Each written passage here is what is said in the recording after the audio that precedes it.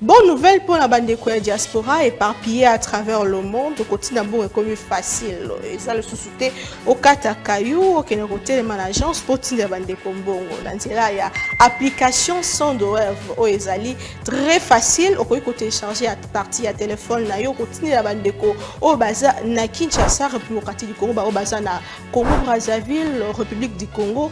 Facilement bakoki ko récupérer mbongo na nzela ya M-Pesa to Orange Money na bango et yo esika ozali bonne nouvelle miami balé ezali que ceux qui ont téléchargé application Sandwave et kotindi na code promo Buzz TV on reçoit $10 le la bénéfice donc il y a pas mieux télécharger mokona lelo makamba au télémanagement Cécile il y a pas mieux que ça tinda mbongo la facilité dès aujourd'hui télécharger Sandwave na nzela ya téléphone na yo plus facile, il n'y a pas mieux.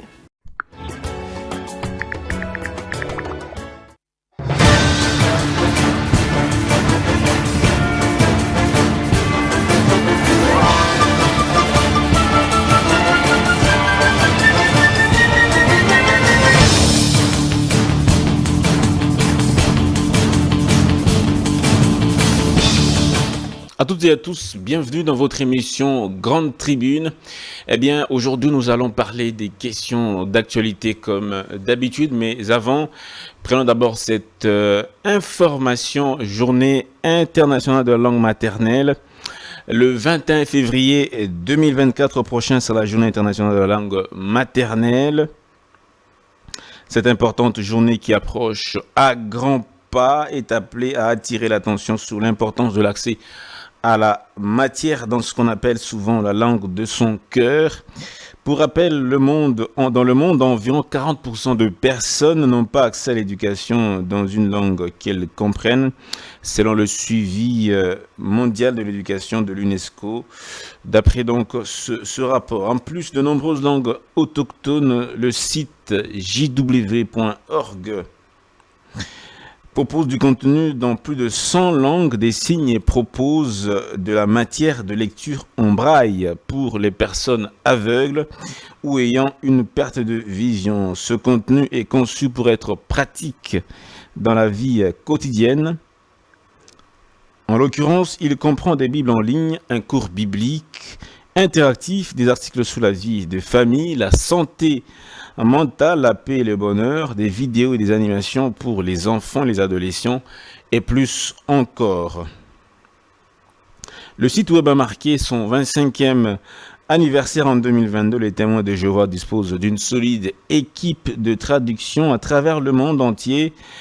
Récemment, République démocratique du Congo, la traduction du Monde Nouveau des écritures grecques chrétiennes a été publiée en langue nandé. Le nandé est parlé par plus de 900 et 3000 personnes en Ituri et dans le Nord Kivu. La Bible en langue nationale, en langue nandé, est utilisée par plus de 4790 et 3 habitants dans la partie est de la République démocratique du Congo. Il est à noter que lors de la conférence internationale de la langue maternelle en 2021 et de son festival, le témoin de Jéhovah ont été reconnus pour leur travail qualitatif de traduction aux Philippines. Cette conférence académique réunit des éducateurs, des décideurs internationaux, des chercheurs et des universitaires de 12 pays. Dans une présentation intitulée « Rassembler des gens de toutes nations et langues », le travail de traduction sans frontières des témoins de Jéhovah, Elan Lee, traductrice et témoin de Jéhovah, a déclaré « Les traducteurs des publications des témoins de Jéhovah considèrent leur travail comme un service public dans le but de produire des traductions compréhensibles qui ne connaissent pas des frontières et qui peuvent informer et élever le public. En plus de traduire les Bibles, les témoins de Jéhovah ont mis sur pied et soutiennent à distance des antennes de traduction dans le monde entier, ce qui permet aux traducteurs de vivre carrément là où de nombreuses personnes parlent leur langue. Cette disposition pratique permet d'opérationnaliser une traduction globale précise et facile à comprendre. Un exploit majeur de leurs efforts inlassables a été donc observé en 2020 lors de la pandémie mondiale. Le programme de leur réunion annuelle appelée Assemblée régionale a été traduit dans plus de 500 langues et visionné virtuellement, et ce, malgré un certain nombre de défis en termes de ressources limitées et des contraintes de temps. Ci-après, en ligne, d'autres nouvelles récentes sur nos travaux de traduction à travers le monde entier, parution de traduction du monde en japonais et bien d'autres. C'est une information, c'est un communiqué rendu public par jw.org. Merci. On va donc présenter les invités de cette émission à présent. Alors, Monsieur Yves Badjoko, bienvenue dans Grande Tribune une nouvelle fois. Merci Dan, je vous remercie pour l'invitation. Nous annonçons simplement à tous les Congolais que nous serons en Conseil national, le parti SID, cher à Martin Fayulu, nous serons en Conseil national du 23 au 26 février pour définir notre orientation stratégique pour les années qui viennent, spécifiquement cette année 2024, qui suit une année d'un chaos électoral, d'une chimère d'élection, et on doit définir comment est-ce que nous nous positionnons, nous nous comportons au-delà de ce qui a déjà été annoncé par le président, notamment sur le refus total du processus qui a abouti à la supposée réélection de M. Félix Tshisekedi. Merci beaucoup, Monsieur Yves Badjoko, Monsieur Mike Diana. Bienvenue également dans Mike Gardidiana. Bienvenue dans Grande Tribune également. Merci Dan pour l'invitation. Je profite pour saluer mes collaborateurs et ceux qui nous suivent, particulièrement nos frères et sœurs de l'Est. Nos frères et sœurs de l'Est de la RDC. Monsieur Eric Izami, bienvenue également dans cette émission. Vous êtes journaliste et vous êtes également analyste des questions d'actualité. Bienvenue dans cette émission. Merci cher Dan Zinc, merci à M.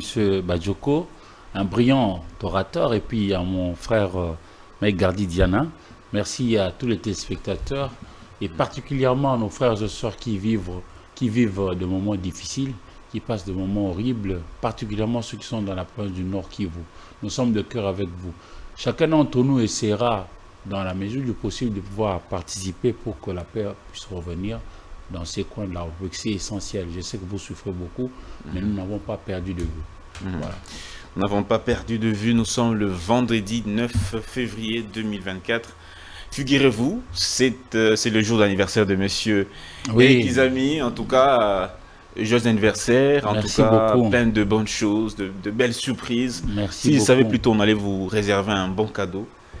Grande Tribune, spéciale Grande Tribune en tout cas. Merci beaucoup. En tout cas, vous êtes une personne très spéciale non seulement pour la profession, mais également pour nous qui vous côtoyons tous les jours. Merci beaucoup. Mais je ne suis pas si spécial par rapport à ceux qui sont dans l'Est du pays. Je suis vraiment de cœur avec vous et je profite de cette occasion pour saluer toutes nos mamans. Parce que si nous sommes en vie, c'est par ailleurs par rapport au fait que nous avions eu deux parents. Moi, mon papa est décédé, ça fait 23 ans. S'il faut m'enlever 23 ans, il me restera presque rien. Mais c'est celle-là qui s'est battue bec et ongle. Qu'elle n'a-t-elle pas vendu pour que j'aille à l'école? Elle m'a soutenu.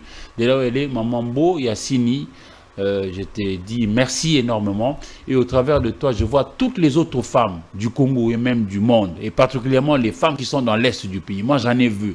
J'ai été à Mugunga, j'ai été partout là. J'ai fait des reportages. J'ai vu des femmes violées. Franchement, je crois que ce débat sera aussi un débat républicain avec Badjoko et Mike Gardidiana pour que nous puissions tant soit peu aiguiser un peu cette solidarité qui doit exister entre nous, même si nous sommes divergents politiquement, mais que le Congo aille de l'avant. Et c'est possible si nous entendons.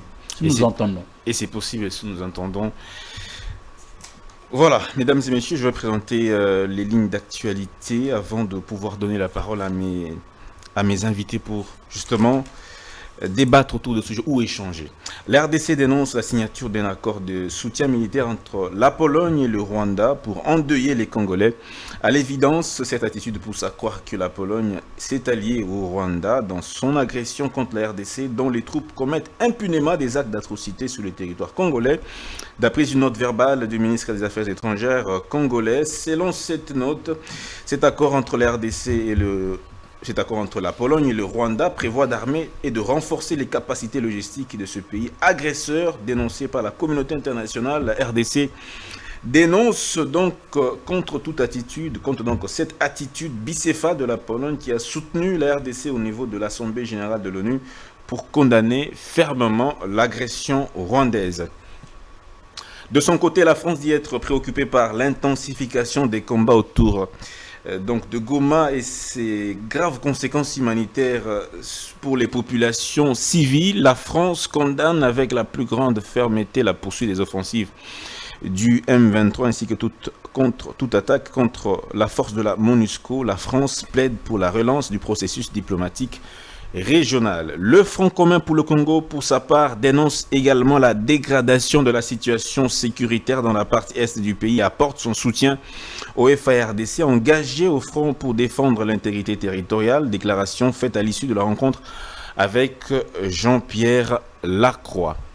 L'opération Springbok lancée au Nord Kivu par la MONUSCO pour protéger Goma et Sake contre l'avancée des terroristes du M23 n'est pas effective depuis la reprise des hostilités sur le front par l'armée rwandaise de Paul Kagame, dénonce la société civile locale. Jean-Pierre Lacroix, secrétaire général des Nations Unies chargé des questions de paix, a fait savoir que du côté de l'ONU, ils sont déterminés à faire en sorte que la communauté internationale, le Conseil de sécurité à qui rapport sera fait, soit alerté des dangers de la situation sécuritaire dans la partie est du pays. L'ambassadeur de l'État d'Israël en RDC, Shimon Solomon, a été reçu en audience le jeudi 8 février par le VPM ministre de la Défense Jean-Pierre Bemba. À l'issue de ce tête-à-tête, le diplomate israélien a appelé Kigali et Kinshasa au dialogue en vue de solutionner ce conflit qui oppose les deux pays. Israël suggère donc des négociations sans effusion de sang. Voilà le premier sujet, persistance de l'insécurité. Quelles sont les causes et pourquoi elles persistent malgré les efforts consentis au niveau national et international. Voilà le premier sujet. Monsieur Yves Badjoko, quel est votre avis à ce sujet? On se posera des questions, on reviendra sur la même réponse sans faire l'autruche. Parce qu'on se rend compte et on se rend à l'évidence que certains d'entre nous font l'autruche et pensent que lorsqu'elles vont relever la tête, les problèmes auront disparu. La réalité est qu'il ne faut pas aller loin, il faut lire la Constitution de notre République à laquelle nous avons tous adhéré à travers un référendum qui stipule que l'illégitimité est la cause principale de toutes les crises que nous avons dans cette République. D'aucuns diront que nous sommes toujours dans notre aigreur d'avoir supposément perdu les élections de 2018, mais la réalité est là. Et pour preuve, il faut voir simplement, c'est que M. Nanga n'arrête pas de dire à qui veut l'entendre après la création de son mouvement rebelle. Il a dit très clairement qu'il a participé à la nomination de M. Félix Tshisekedi en 2018 et que c'est de suite de leurs contradictions du fait de cette nomination. Date de plus de 25 ans. Il est entré de l'AFDL, l'insécurité s'est accentuée à cette époque-là, et l'arrivée de Joseph Kabila. Est-ce que vous allez dire que c'est toujours les mêmes causes, les causes que nous avons aujourd'hui, qui ont été à la base de ce qu'on a vécu à l'époque? En 1994, il y avait pour responsable de l'État M. Mobutu. Et M. Mobutu était tout sauf un démocrate. M. Mobutu était un dictateur, on ne va pas oublier ce fait. Il s'en est suivi des velléités avec les rébellions qui ont mené Mosé Laurent Désiré Kabila, c'est vrai. Il est arrivé comme il est arrivé, il a eu une certaine aura qui s'est rapidement arrêtée. Nous sommes passés comme dans un royaume à un héritage à M. Joseph Kabila, qui a organisé des simulacres des élections à l'occasion. On arrive en 2018 où il doit normalement partir du pouvoir. Il part sans partir en mettant à la place M. Félix Tshisekedi. Et en 2023, nous venons de voir que Kadima, en chef d'orchestre, a organisé un simulacre d'élection pour maintenir M. Félix Tshisekedi à sa place. Tout part de là, parce que ces différentes crises d'illégitimité créent des tensions au sein de la République et servent des leitmotivs pour les uns et les autres de pouvoir se positionner. On est en train de parler d'agression en même temps. Les États comme le Rwanda, l'Ouganda sont maintes fois accusés d'agresser la RDC depuis des années, depuis 2002, 2003 et même aujourd'hui. Cette agression se poursuit. Ce n'est pas les Congolais qui le disent, ce sont les Nations Unies qui le disent. Est-ce que c'est un mensonge? Vous avez eu Jean-Pierre Bemba qui était un rebelle à son temps. Vous savez ce qu'il disait?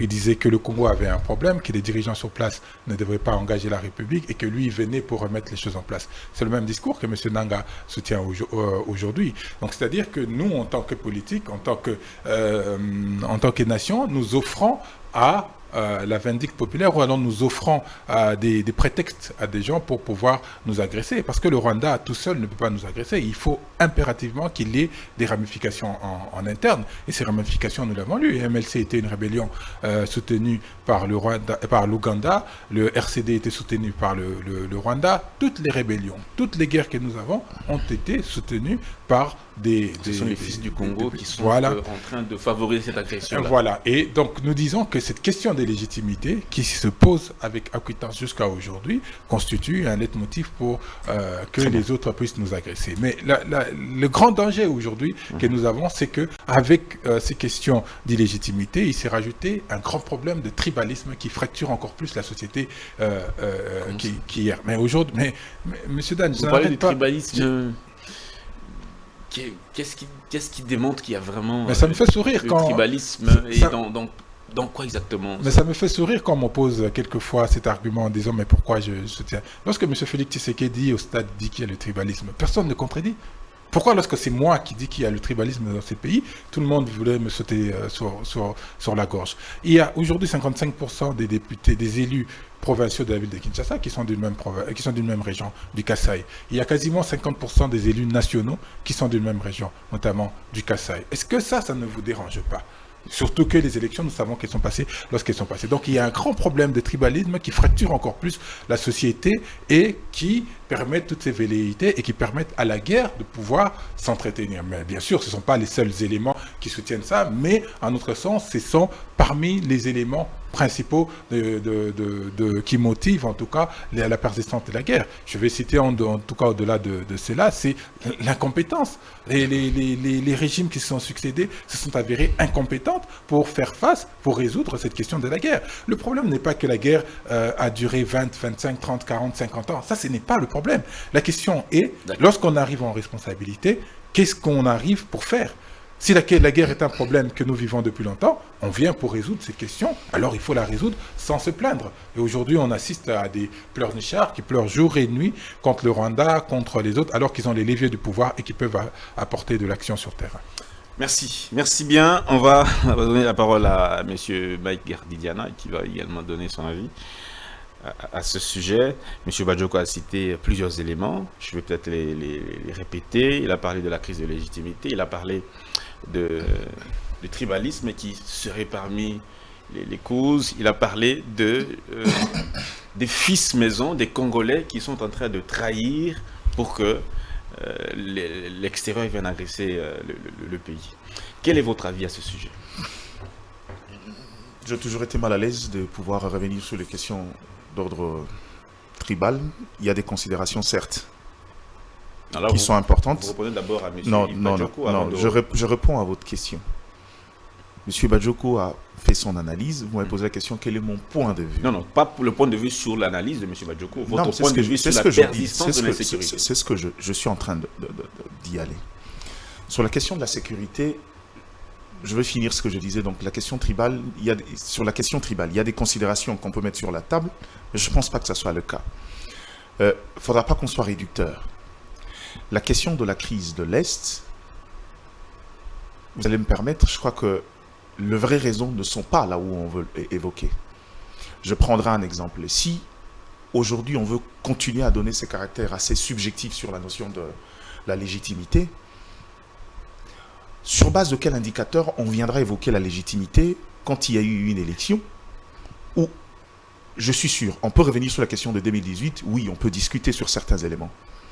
Mais de lors qu'il y a eu l'expression d'une population, avant de pouvoir contredire ce qui est pour moi l'arc-boutant essentiel de cette légitimité, il faudra qu'on apporte un argument différent.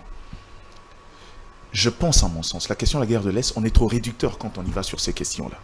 Pourtant, quand vous regardez la réalité, ça saute aux yeux. La guerre de l'Est se répond, selon le prisme international, à 3 questions essentielles. Pour certains, c'est pour des raisons d'ordre économique, c'est pas un secret. Pour d'autres, c'est qui font le relais en interne, comme le Rwanda a fait évoluer son objectif. Au-delà des questions économiques, il y a des questions de terre. Ce n'est pas un secret. Le Rwanda est dans une forme de conquête de terre. Et après, il y a d'autres considérations sous-régionales. Je commence par le premier. Danzang. Aujourd'hui, tout est fait à dessein pour que finalement Kinshasa accepte de négocier. C'est ce que... Mais négocier avec qui? Ouais, mais vous n'allez pas me poser la question. Israël demande qu'on négocie avec le Rwanda directement. Non, mais au-delà d'Israël, Israël a décidé de couper court. Mais bien au-delà, même les Nations Unies sont dans le schéma de nous contraindre à aller négocier. Et c'est ce qu'on a toujours fait depuis. Le genre me parle, dit, bon, cette question de compétence militairement, ok. On est arrivé au bout du M23 en 2013, militairement. La finalité était quoi? On s'est retrouvé autour d'une table, on a fait des concessions. C'est réducteur de croire que le Rwanda, oui, le Rwanda, dans le sens logique, je ne vois pas le Rwanda s'engager dans une bataille militaire avec la RDC, et même si on prenait Jones, comment il s'appelle encore, l'ancien gouverneur du Kasaï, à la tête de la République militairement, je ne vois pas comment le Rwanda tiendrait par la puissance de feu. Mais cette guerre-là est bien au-delà de ça. Et il y a une différence stratégique. On ne peut pas, nous, s'engager dans une guerre quand on répond aussi à une exigence, j'ai envie de dire, une exigence de protection de civils. Il est souvent plus facile de faire la guerre ailleurs que de le faire chez soi. Dans cette question de la guerre de l'Est, on ne va pas inventer le roue. Il ne faudra pas qu'on donne un caractère politique à cette situation. Cette situation, la vérité, c'est que cette guerre a traversé de générations parce que le Congo, là où on serait d'accord, n'arrive pas à avoir du répondant vis-à-vis de tireurs de ficelles, ce qui impose cette guerre-là. C'est là où j'ai l'habitude de dire aux gens, la seule solution qui se présente à nous aujourd'hui dans cette guerre, c'est la solution militaire. En diplomatie, le rapport de force ne s'engage qu'avec ceux qui ont du répondant. La solution militaire s'impose à nous, mais nous sommes déjà dans la solution militaire. Non, nous ne sommes pas encore. On n'est pas en train de... Je vous le dire, j'ai l'impression que Kinshasa a pris la première décision de ne pas aller sur une table de négociation. Comme on a l'habitude de le faire depuis, faire des compromis, et puis finalement avec le processus d'EDR qui, à la limite, est encore un problème dans la consolidation de cette armée-là, mais on ne veut pas aller jusqu'au bout de la logique. Le bout de la logique, ce serait quoi selon vous? On refuse de négocier. C'est soit on négocie pour préserver le peu des vies qui nous restent à Goma, soit on décide de radiquer définitivement la solution, et ça passe par la solution, et le problème, pardon, ça passe par la solution militaire. Maître de stratégie. Si en interne, dans la stratégie, on ne sait pas pilonner comme il se doit, engageant un rapport de force. La notion, vous savez, la notion de la légitime défense, c'est qu'aujourd'hui, l'État congolais a gagné le droit de se comporter comme un État voyou. On a longtemps été victime. On a utilisé la solution diplomatique dans toutes ses ramifications. On a crié haut et fort jusqu'au point où on passe pour de pleurnichards. Mais en fin de compte, on est aujourd'hui en face d'une réalité. Est-ce qu'aujourd'hui, quelqu'un peut contredire l'implication du Rwanda dans la question de la guerre de l'Est? Personne, parce que le premier à dire ça, le premier à faire ces révélations, c'est les Nations Unies par ses différents rapports. Mais les mêmes Nations Unies... Les mêmes Nations Unies ne peuvent pas se rébiffer aujourd'hui. Surtout qu'ils ne sanctionnent pas le même Rwanda. Ils ne peuvent pas sanctionner. Ils ne peuvent pas sanctionner parce que la question est claire. C'est des gens qui n'aiment pas se salir le main. D'accord. Les vrais tireurs de ficelles, quand on parle, c'est qui? C'est qui? Mais regardez aujourd'hui l'économie numérique est tenue par qui? C'est des gens qui exploitent les matières stratégiques et autres aujourd'hui. Les gens qui ne veulent pas qu'il y ait un rapport de force économique pour que finalement ils rentrent dans un marché cohérent et logique. Quand un secrétaire des Nations Unies nous fait croire que finalement le M23 était une super force et que finalement militairement on ne devrait pas aller, que la seule solution c'était négocier, on comprend quelle est la stratégie. Faudra pas, vous savez, le Congolais s'est émancipé, il ne faudra pas qu'on occulte cette question de la guerre de l'Est. Le Congo est en face, j'ai envie de dire, d'une bataille qui définit notre lendemain en tant qu'État. D'accord. Merci beaucoup. On a toujours été cette colonie, on a toujours été considéré comme étant cette réserve stratégique mondiale. Maintenant, quitte à nous de profiter. Moi, je ne condamne jamais les autres qui décident de faire les commissionnaires. En interne, il n'y a pas de problème, en interne. En interne? Non, en interne, comment dire qu'en interne, il n'y a pas de problème? En interne, il y a beaucoup de problèmes.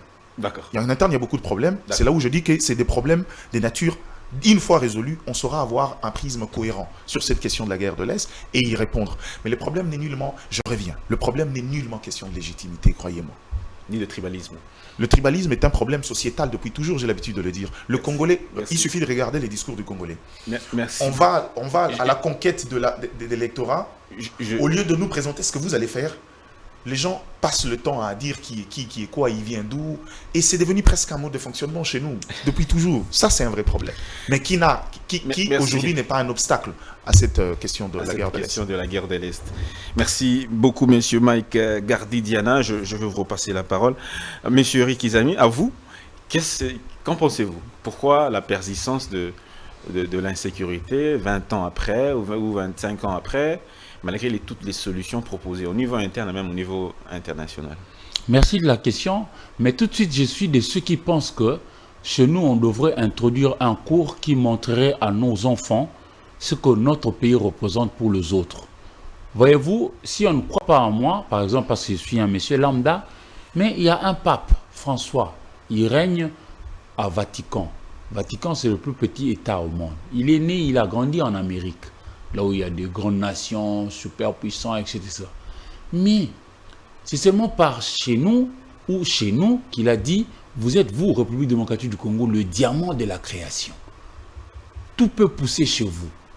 Alors, rendons-nous compte de ce que nous représentons pour les autres. En réalité, le Rwanda, c'est juste l'arbre qui cache la forêt. Qui sont derrière le Rwanda? Ce sont les multinationales. Et ces multinationales-là appartiennent à qui? Aux Américains, aux Français, aux Anglais, aux Allemands, etc. etc. C'est quoi en réalité le vrai enjeu? C'est la transition énergétique. Quiconque aura la même mise sur le sous-sol congolais, c'est celui-là qui sera dominant. C'est celui-là qui sera le plus puissant de tous. Alors, tout se joue par rapport à ça.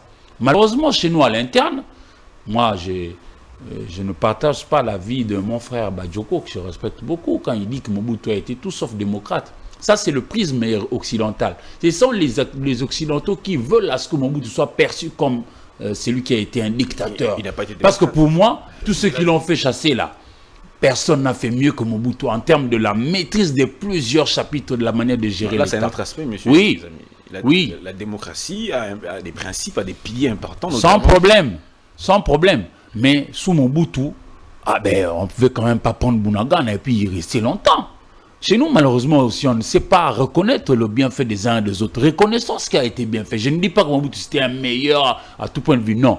Mais sur le plan sécuritaire, sur le plan de l'unité nationale, sur le plan respect de l'État, il nous a quand même fait rêver, ces messieurs-là. Et pour moi, c'est un grand et il restera pour moi un grand. Il a pris le règne du pouvoir. Il n'avait que 35 ans, il y est resté pendant 32 ans. Tout n'était pas que mauvais. Donc pour vous, la question de la légitimité ne se pose pas parce que Mobutu, on ne sait pas s'il était légitime. Il a fait plus de 30 ans. Il a été, c'est vrai, au pouvoir par un putsch d'abord, et puis après il s'est fait aimer de la population. Il a été plusieurs fois voté, même si, oui, légitime aussi. Il l'avait. Je ne pense même pas que nous avions aimé quelqu'un autant que nous l'avions fait avec Mobutu. On ne parle de lui qu'en mal, alors qu'il n'y avait pas que le mal sous son règne. Parce que pendant 32 ans, qu'allons-nous dire à nos enfants? C'était un vide, de mal en pis? Non, je ne pense pas. Alors venons-en à ce qu'il a décrié comme le tribalisme. Oui, j'en conviens. Depuis qu'il est parti, lui Mobutu qui était chantre du Zaïre et tout ça, unité, papa beau, maman beau, écolo beau, Mokondi beau, je crois que même son style là était mieux que... Oui, mais est-ce que le tribalisme est parmi les raisons? Il l'avait condamné. Mobutu a eu une bonne lecture de notre société. Mobutu disait que chez nous, tu sois du bas Zaïre à l'époque, tu peux aller vivre au Chaba sans être inquiété. Et c'était comme ça. Les gens qui étaient nés à Kinshasa pensaient même dans leur mental collectif que la Gécamine était nôtre. Mais au fil du temps, aujourd'hui, la Gécamine est devenue un peu une histoire qui ne concerne que le Katangé. On nous a partitionné comme ça. Moi, je dis que Mobutu n'avait pas été que mauvais. Alors, autre chose, si nous devons vaincre cette histoire de tribalisme, c'est qu'il y a une tare. Badioko n'a pas tort que de dire que de plus en plus, vous verrez, vous entendrez, communauté ceci, salut parce que... Non, au lieu de faire la promotion du Congo, on met en avant-plan nos tribus. Mais participez justement. Lorsqu'il y a la consultation nationale, venez participer.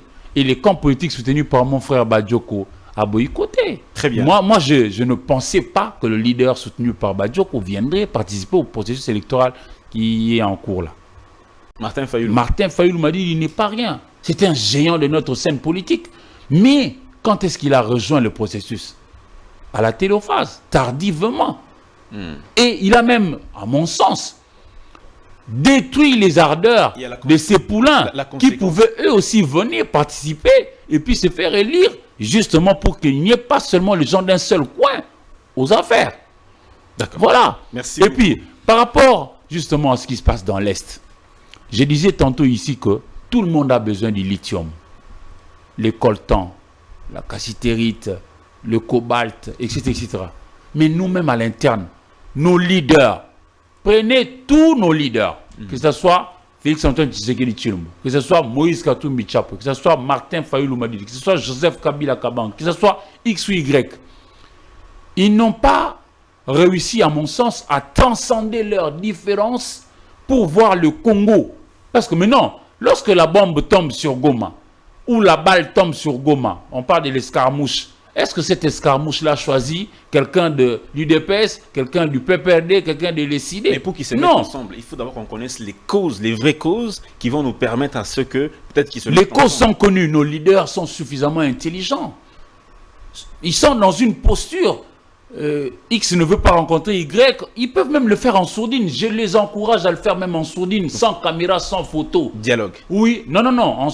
Pas forcément. Je ne voudrais pas utiliser les mots qui pourront prêter confusion dans notre communauté ici. Parce que chez nous, généralement, c'est comme si on est divisé en interne. Vraiment divisé. L'agression. Oui, facilement, on nous fait des incursions. Et la position actuelle de la Pologne, franchement, j'en suis à tomber à la renverse. La Pologne a vécu les affres sous Hitler, Adolphe.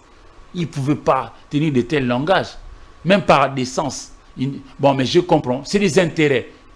Mais seulement, vous savez, la grande Chine a vécu ce que nous vivons. Terminé. Oui, parce que le Japon lui faisait des incursions avec le fils maison qui leur était, qui était à leur solde. Mais là, avec le pose, ou plutôt la pose de jalons, Xu Enlai et Mao Tse-tung, l'éducation d'un côté, l'instruction de l'autre, ils ont réussi à former le leur et ils se sont mis debout avec la conscience, la prise de conscience collective, c'est ce qui nous manque ici. Merci. Nos leaders, je prends deux, Mbosso et Bahati, il n'y a pas longtemps, ils étaient dans des guerres.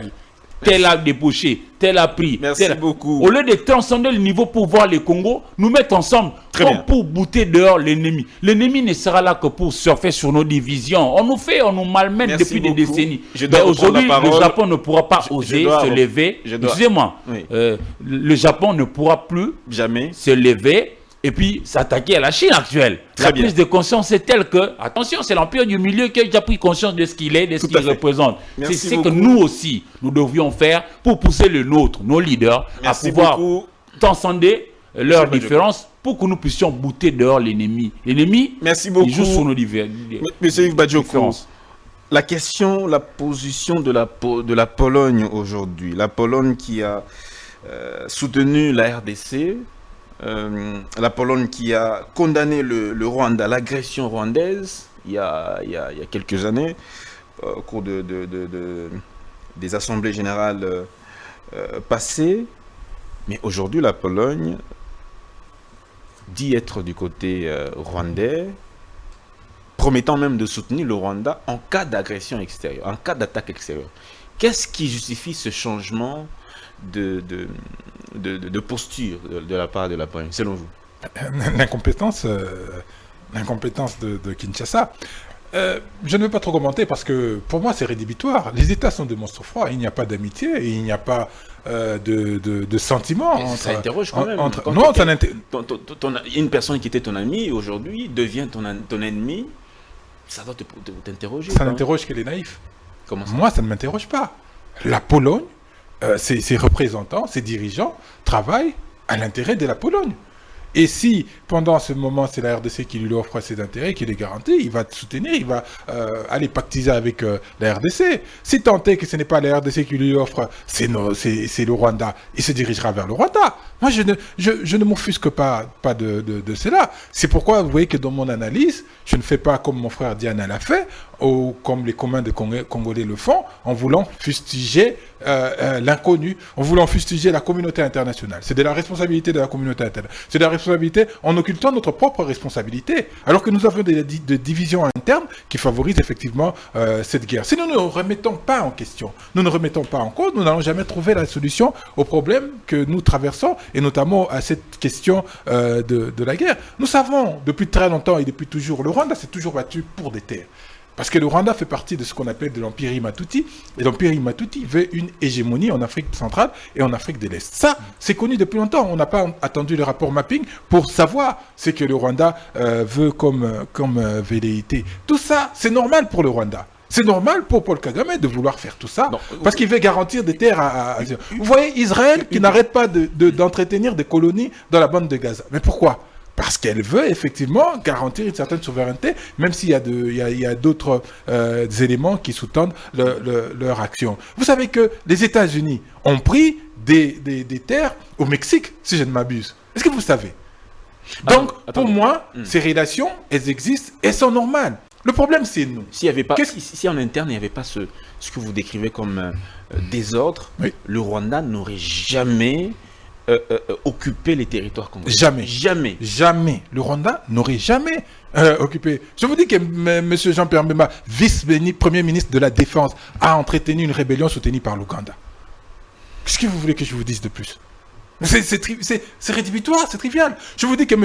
Mobutu est resté en responsabilité de manière illégitime, même si je lui reconnais certains bienfaits, il n'y a pas de problème. Il est illégitime. Légal, on peut se poser la question sur de la légalité. Parce qu'il a organisé des élections pour lesquelles il a pris. M. Félix Tshisekedi a organisé des élections qui ont fait 6 jours et qui ont connu des fraudes à tous les niveaux. Il est légal. Il n'y a pas de problème. Mais la question de la légitimité pose problème. Ça a conduit à Mouzé de se mettre derrière n'importe qui pour venir. Il s'est mis effectivement notamment derrière le Rwanda et d'autres pays pour attaquer. Donc ces questions sont fondamentales. Ces questions doivent nous interpeller. Et si nous ne résolvons pas, en tant qu'État, en tant que peuple, ces questions, eh bien nous allons toujours donner et nous allons toujours favoriser qu'il y a infiltration de l'armée, il y a infiltration... Monsieur Félix Tshisekedi est en responsabilité depuis 5 ans. Combien de militaires il a exfiltré de l'armée ? Combien ? Dites-moi. Donc la question revient toujours à notre responsabilité. J'entends beaucoup de gens dire « Ah mais la communauté internationale, tout à l'heure j'ai entendu, les Nations Unies ne peuvent pas prendre des sanctions contre le Rwanda. » D'accord, les Nations Unies ne peuvent pas prendre. Et nous ? Nous avons l'ambassade du Rwanda qui est ouverte jusqu'à aujourd'hui. Nous avons la frontière avec le Rwanda qui fonctionne, bien, même si on a réduit les heures d'ouverture, mais elle existe, elle fonctionne, alors qu'on est en guerre contre le Rwanda. Est-ce que vous trouvez ça normal ?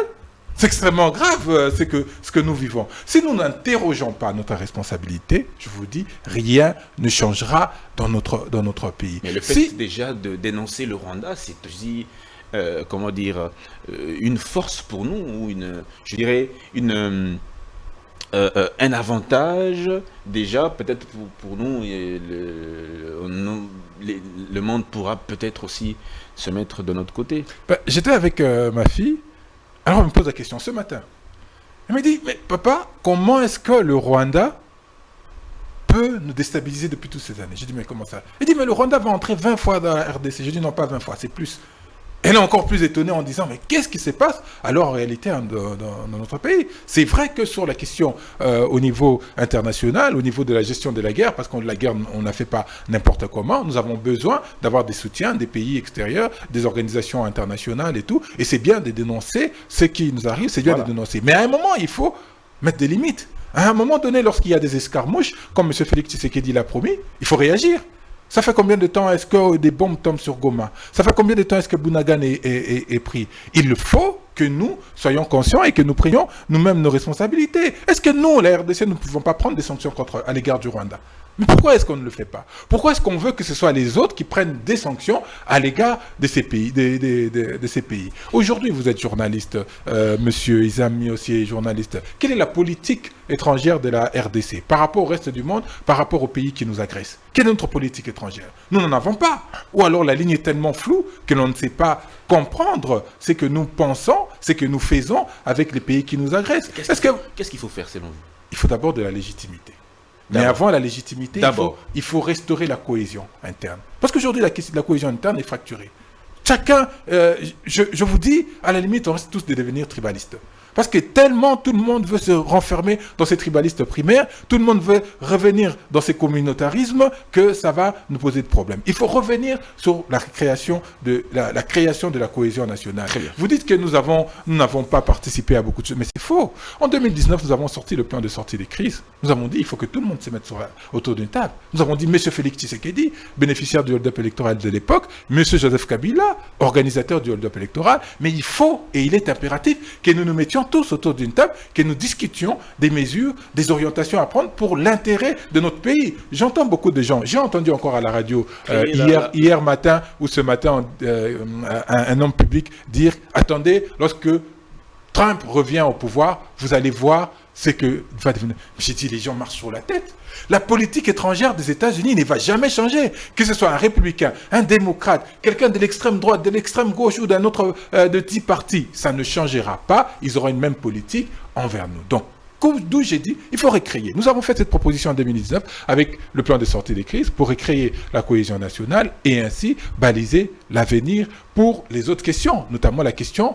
de légitimité. Parce qu'aujourd'hui, lorsque M. Félix Tshisekedi est en difficulté, allez, à la limite qu'on ne se sent pas concerné. Déjà, moi, je ne le reconnais pas comme ayant gagné les élections dernières. Je me sens à la limite pas concerné. Et si je suis d'extrême mauvaise foi, je ne suis pas de mauvaise foi, mais si je suis d'extrême mauvaise foi, je dis bien fait pour lui. Mais sauf que bien fait pour lui, mais les conséquences s'appliquent à nous tous. Les conséquences s'appliquent à mes frères de Goma, à mes frères de Bunagana, de Kishiché, de Kiwanja, de Rumangabo, de partout ailleurs, de Kimpese ici à côté de nous. Donc, il est impératif de recréer cette unité autour du Congolais, autour du Congo et baliser l'avenir pour autre chose. Je voudrais faire juste un petit détour. 30 secondes. Lorsque Izami parlait, il a peut-être fait mention indirectement à la question de la création de l'Union sacrée. L'Union sacrée n'a pas été créée pour sauver la République. L'Union sacrée a été créée pour sauver M. Félix Tshisekedi. Et de ce fait, nous ne pouvons pas y participer. Je l'ai toujours dit. Si demain, si aujourd'hui, cet après-midi, M. Félix Tshisekedi appelait les Congolais autour du Congo pour les questions sécuritaires pour sauver le Congo, la première personne à s'y rendre, ça serait Martin Fayulu, la seconde, ça serait moi. Merci beaucoup. Mike Garidiana, je passe la parole à Monsieur Eric, tant que vous écriviez. J'écris quoi? Alors, la question de la légitimité est une question prépondérante. Est-ce que n'a-t-il pas raison pour dire que la légitimité a un impact sur cette crise que nous vivons aujourd'hui? Il faudra qu'on commence par se mettre d'accord sur la notion de la légitimité et ses sources. Comment ça? Répondons à la question simple. Est-ce qu'aujourd'hui, on peut parler de légitimité pour le cas de Félix Tshisekedi? À vous de répondre alors. C'est réducteur. Et je comprends maintenant pourquoi, parce que je le dis une fois, il vous souviendrait même sur ces plateaux avant le processus électoral, j'ai rappelé les politiques congolais à la retenue. Pour deux raisons. La première, parce qu'on peut être protagoniste politique, mais on n'est pas ennemi. Il y a quelque chose de plus grand que nous, c'est le Congo. Pour la deuxième raison, l'évolution du narratif sur la question de la guerre de l'Est aujourd'hui a exposé certaines forces derrière. Quelle est la stratégie?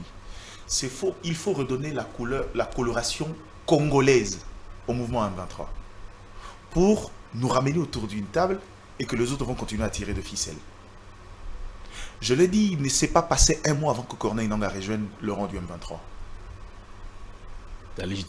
Nangaa ne s'est pas réveillé le matin, il a pris son téléphone, il a appelé « Je veux rejoindre le M23 ». Ça légitime tout de moins ce mouvement, vu qu'il y a certains Congolais. Mais justement, le problème c'est qu'à un certain moment, il y a eu des éclaircies. On a commencé tous on a fini par voir clair qui tirait des ficelles, qui était le vrai responsable, et que c'était un mouvement de nature étrangère, et c'était ça le narratif de la RDC. Pour expliquer que finalement le Rwanda est derrière. Mais le Rwanda étant suffisamment acculé de l'extérieur, parce qu'il faut reconnaître que cette situation, on en parle un peu plus, parce que sur le plan lobbying, sur le plan communicationnel, on a suffisamment parlé de ça, et le monde aujourd'hui entend un peu cette voix-là. La meilleure stratégie pour ne pas se salir le main, c'est qu'il faut redonner une coloration congolaise à cette guerre du M23, et pour ça, il faut que de Congolais rejoignent. Le meilleur moment pour pouvoir pour ce mercato, c'est la frustration politique. N'en gagnez que la pointe de l'iceberg. Beaucoup de formations politiques sur leur table ont cette proposition. D'aller rejoindre Beaucoup. Et c'est là où je trouve regrettable. même les idées. C'est là où je trouve regrettable. Non, pas les CD. Pour Vous deux pouvez hommes. pas mêler les CD. Non, il ne faut pas citer le nom de Non, de- c'est M. Dan qui l'a fait. Il est peut-être possible, mais il ne faut pas citer le nom de gens. Non, non, c'est pas possible. Donc, Ah bon? vous savez, il est regrettable de voir que des hommes d'État pensent que cette subjectivité qu'ils donnent à la légitimité peut soutenir, peut justifier le fait qu'ils rejoignent des mouvements qui répondent à des objectifs occultes. Parce qu'autour de cette table, si on se posait la question de savoir quelles sont les revendications du M23, selon l'entendement des autres qui pensent que ce sont des Congolais frustrés, je suis sûr et certain, j'ai même ma main à couper, on ne la coupera pas comme disait Harold Badibanga, personne ne sera en mesure de déterminer Le vin mobile. le vrai mobile de ce mouvement. Mais ils les disent. Ils disent tout quoi? haut, ils les disent Oui, mais tout le racontez-le temps. nous. Vous êtes journaliste, peut-être vous Non, mais suivez ça. dites-nous, c'est la seule fois où on vous donne, ils disent tout, ils disent quoi? Ils Vous, veulent négocier. journalistes, Ils veulent négocier. négocier quoi? Ils veulent négocier avec le gouvernement. Oui, mais négocier quoi? C'est ça le problème. Ils veulent négocier. Oui, mais négocier quoi? C'est ça le problème. Alors, monsieur Je veux revenir. C'était une question rhétorique. Je sais que vous ne pouvez pas répondre. La Pologne. Je vais arriver à la Pologne. Donc, en gros, ici, je trouve regrettable qu'on justifie le fait que des Congolais vont aller rejoindre le mouvement rebelle parce qu'ils sont frustrés pour des problèmes de légitimité que eux sont incapables de prouver. Oui, le malheur. Il a parlé d'un hold-up ici. Non, mais. Hold-up électoral. Vous savez, c'est facile. Ce qu'il dit, c'est pas nouveau. Même l'UDPS à l'opposition a utilisé le même langage. Le hold-up électoral et autres. Ce langage est devenu presque familier aux Congolais. Mais le seul problème, c'est que quand on parle de hold-up, on dit, bon, autrefois, les gens sont allés par devant la cour sans suffisamment avoir les preuves de leur réélection. Aujourd'hui, chacun en a ses PV, chacun est allé dans ses bureaux de vote avec ses PV. Aujourd'hui, même la mission d'observation électorale Senko et CC est en difficulté pour des raisons que nous connaissons tous.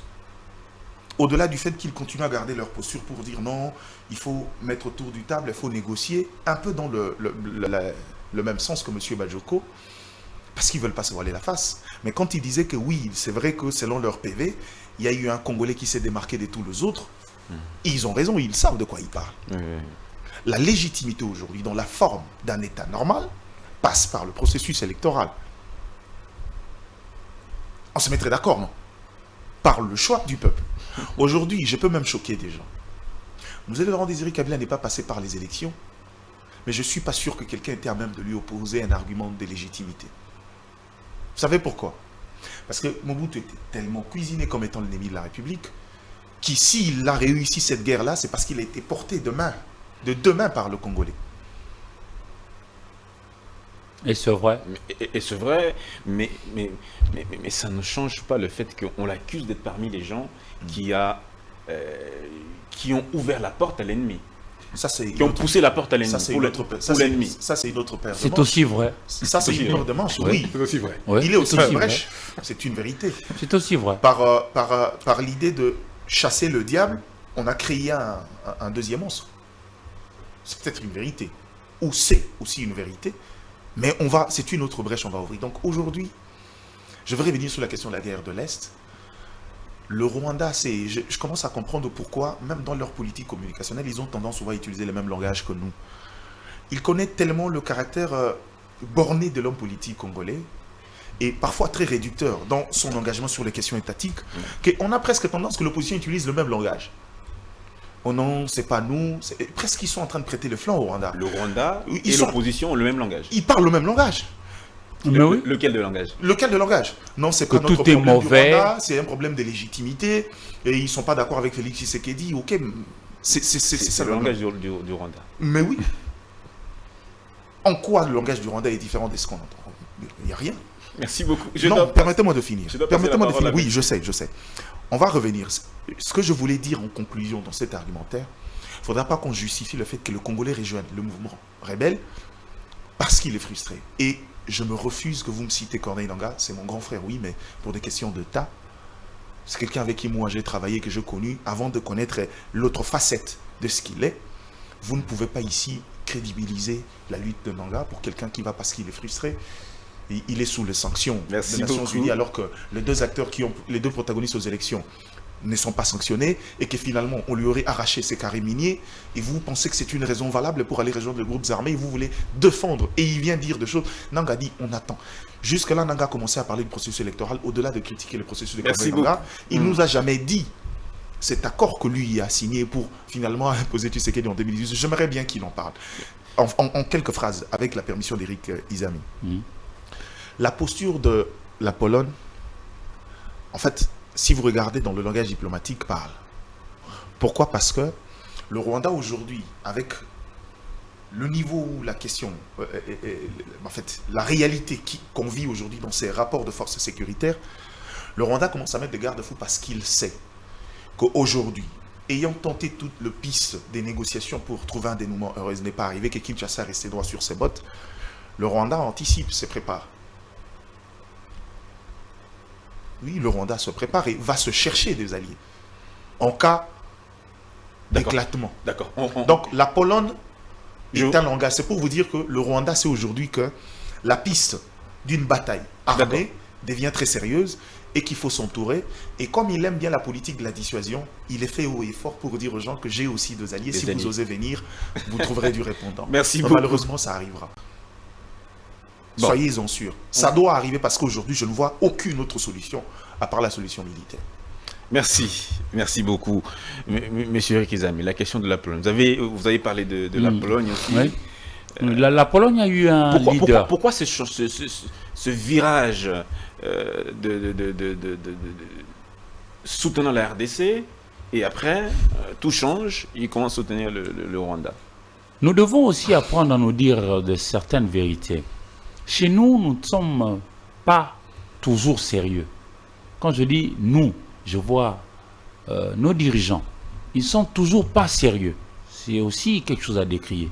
Mais aussi notre talon d'Achille vient du fait que, comparé à l'ennemi, le Rwanda, nous ne sommes pas très planificateurs. Même dans notre fonctionnement. Si tu viens chez moi en tête A, tu me dis, dans 5 mois, que pensez-vous faire? Que pensez-vous proposer à votre public? Je serai incapable de te répondre. Alors que chez d'autres peuples, ils sont planificateurs. Les États-Unis, ils sont super puissants, mais ce n'est pas pour autant qu'ils ont arrêté de former les leurs. Nous, on a tué les faux, on a tué Kotakoli, on a tué CETA, on a tué plusieurs de nos structures qui créaient des jeunes gens, des hommes vaillants, tout ça. Bon, heureusement que nous sommes en train de pouvoir revenir. Et je salue ces efforts-là de la part des autorités. Je ne dis pas que tous ils sont cancres. Il y en a de bons, il y en a de mauvais. Parlons de la Pologne. La Pologne a connu un certain Lech Wałęsa qui avait créé la solidarité. Mais ils n'avaient pas arrêté malgré le fait qu'ils étaient parfois écoutés, parfois non. Le cas de l'un de nos leaders, Martin Fayulu, il peut peut-être avoir l'impression de ne pas être écouté, mais il ne va pas arrêter pour autant. Vous évoquez la problématique de la légitimité, mais il s'agit de sa nation qui est en péril maintenant. Quel que soit le caractère repoussant de ceux qui sont au pouvoir parce qu'ils sont peut-être boulimiques, ils veulent tout avoir pour eux et eux seuls, mais il ne va pas arrêter pour autant. Qui sait si un jour il arriverait à amener les autres à la raison? Est-ce que ce n'est pas un préalable un sage me disait, domine. Qui sait si le bourreau est là pour ton bien? C'est-à-dire le Rwanda c'est notre bourreau, mais de par sa barbarie, il nous fait remarquer que vous devez apprendre à être sérieux pour me tenir tête. C'est un malus, c'est un mal. Un mal nécessaire, mais un mal qui peut nous réveiller aussi. J'ai cité l'exemple de la Chine et le Japon. Le mal que faisait le Japon à la Chine a fait en sorte que la Chine se réveilla. Et aujourd'hui, plus personne ne peut s'attaquer à la Chine. La solution, c'est chez quoi? Nous, le chef de l'État parlait d'une seule escarmouche qui retentirait dans cette partie du pays. Je serai de son avis et je suis de son avis parce que c'est le chef de l'État de mon pays. Je ne voudrais pas que nous puissions nous échouer, mais seulement, je voudrais qu'il ait une parole rare, plutôt qu'une parole permanente qui nous conduirait à des bavures. Parce que là, maintenant, nos frères qui sont au niveau de l'Est du pays disent « Ah, mais papa avait dit que quiconque osera, il le trouvera en chemin. » Mais quand on ne voit pas venir papa, on risquerait de perdre confiance à papa. Alors que moi, j'ai besoin que l'on puisse tous avoir confiance à notre papa qui se trouve être Félix Antoine Tshisekedi Tshilombo. Moi, je le soutiens. je ne peux que le soutenir. Ici, je n'ai pas besoin d'avoir un camp à gauche, un autre à droite. L'Ukraine, quand elle est attaquée, l'opposition cesse d'exister, la majorité cesse d'exister, on est seulement l'Ukraine. Pareil avec nous. Or, chez nous, ce n'est pas le cas. Tous nos leaders, chacun est dans son coin. Ils sont dans des postures. C'est comme ça que j'encourage Martin Fayulu, qui n'est pas n'importe qui dans cette nation, que de pouvoir toujours battre le fer quand il est chaud là et dire que non, messieurs, nous devons nous rencontrer. Si lui pense que sa proposition de la sortie des crises était la meilleure, il ne doit pas arrêter pour autant. Et c'est peut-être comme ça. Il y en a des gens qui comprennent, paf, il a compris ce qu'il y a comme problème. Il y en a d'autres qui, pour comprendre, prennent un peu du temps. Ça existe dans la nature humaine. Mais chez nous... Pour vous, la solution, c'est quoi? C'est ce dialogue en interne ou bien... Non. Le dialogue, on en a vu. C'était AFDL. Non, ils vont changer. Ils sont très rodés dans le mensonge. D'où la planification de leur côté. Nous aussi, nous devons apprendre à être planificateurs. Nous devons nous projeter à court, moyen et long terme. Voyez-vous je ne vois seulement pas aujourd'hui. Ce garçon-là à qui on a tué sa maman aujourd'hui, il a 7 ans. Ça se passe à Goma. Voyez-vous la fin de cette guerre? Il grandira. En 2028, 2028, 2029, nous sommes un pays convoité. Du président. Ça ne finira jamais. Non, attendez. Vous voulez dire que la guerre ne finira jamais? Oh, mais ça ne finira jamais. Avec le Rwanda ici, ça ne finira jamais. Parce que, rendons-nous compte, ce garçon qui n'a que 10 ans, et qui a vu quelqu'un venir tuer son père, sa mère, ses soeurs, ses frères, il va grandir lui aussi. S'il en a l'occasion d'avoir un peu de l'âge, il va lui aussi se former et peut-être vouloir venger aussi son père, sa maman. Ça existe dans la nature humaine. Le Rwanda, Paul Kagame, il est inutilement méchant. Et Nanga, pour revenir à notre frère, il a donné de béquilles à l'ennemi. Merci. Nanga, sincèrement, on ne peut pas avoir été à ce niveau-là et puis basculer dans la rébellion. J'ai ici une réponse à ce que fait Nanga, que je condamne fermement. Merci. C'est Kofi Olomide qui le dit. Ici,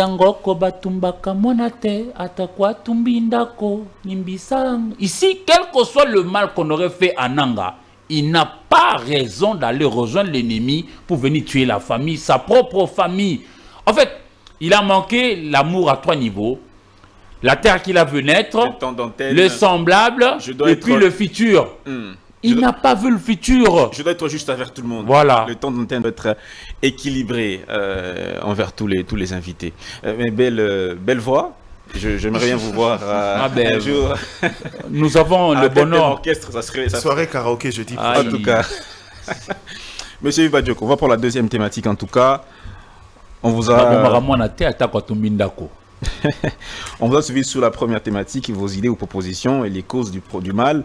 La deuxième deuxième thématique, c'est l'insalubrité et la détérioration de la voie urbaine de Kinshasa. État des lieux, causes et solutions.